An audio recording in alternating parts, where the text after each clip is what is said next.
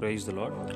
ఈరోజు మనం దేవుని యొక్క వాక్యంలో త్రోఫీము అనగా పోషణ గల అనే అర్థము. ఇతడు ఆసియా నుండి వచ్చాను. ఈ వాక్యం అపొస్తలుల కార్యం 20:4 చూడగలము. ఇతడు అన్యుడై ఉండి పౌలు సువార్త ద్వారా క్రైస్తవుడుగా మారెను.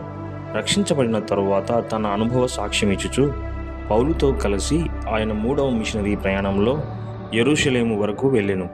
యెరూషలేము నందున్న సమయంలో సౌలుతో కలిసి వీధులలో తన సాక్ష్యం చెప్పుచు పౌలు సేవలో సహకరిస్తుండేవాడు. నీవు రక్షించబడిన తరువాత నీ స్వజనులోనికి వీధుల్లోనికి వెళ్ళి యేసుక్రీస్తులో నీవు కనుగొన్న సత్యమును బహిరంగంగా సాక్ష్యం ఇచ్చుచున్నావా, లేక ఇంకను రహస్య క్రైస్తవుడుగా ఉండి క్రీస్తును బహిరంగంగా ఒప్పుకొనుటకు భయపడుచున్నావా?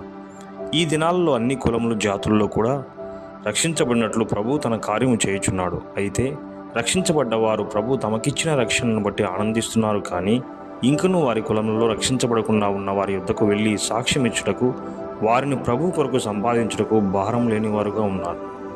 ఈనాడు సాక్ష్యం చెప్పమంటే అనేకులు తమ పాతరోత జీవితాన్ని వివరిస్తూ అతిశయంతో గంటల తరబడి చెప్పుచున్నారే కానీ దుర్మార్గ స్థితిలో ఉన్న తమను ప్రభు ఎట్లు విడిపించునో వివరించుటలేదు. ప్రభు వారిని రక్షించిన తర్వాత ఎట్టి జయ జీవితంను జీవిస్తున్నారో తెలియజేయుట లేదు. సమరయ స్త్రీని ప్రభు స్పందించిన తర్వాత ఆమె ఊరిలోనికి వెళ్ళి, నేను చేసినవన్నీ నాతో చెప్పిన ఈయనను చూడి, యోహాను సువార్త 4:29లో సాక్ష్యం ఇచ్చాను. ఆమె సాక్ష్యంలో యేసును చూడుడి అన్నదే ప్రాముఖ్యమైనది. ఆమె తన పాపములను వివరించలేదు, కానీ తన్ను విడిపించిన ప్రభువును మహిమపరిచింది. ప్రభువుచే స్వస్థపరచబడిన పుట్టు గుడ్డు వారిని, నీకు ఈ దృష్టి ఎలాగ వచ్చింది, నీకు దృష్టి కలుగజేసినది ఎవరు అని పలు ప్రశ్నలతో పరిసయ్యులు వేధించుచుండగా, మునుపు గుడ్డివాడినై ఉంటిని, ఇప్పుడు నేను చూచుచున్నాను. యోహాను సువార్త 8:25 చూడగలము.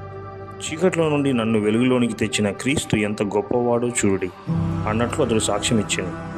మన సాక్ష్యం ప్రభువును మహిమపరచున్నది గాను, మన వలె నశించిపోవచ్చున్న రక్షణలోనికి నడిపించున్నది గాను ఉండవలెను.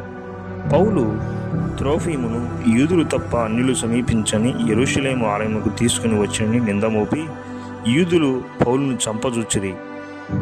త్రోఫీము అది ఎరిగి తనను కూడా చంపేదను భయపడలేదు, కానీ పౌలుతో పాటు శ్రమలను బాధలను అనుభవించి ప్రభువు సేవలో ముందుకు సాగుటకు నిశ్చయించుకొనుచున్నాడు.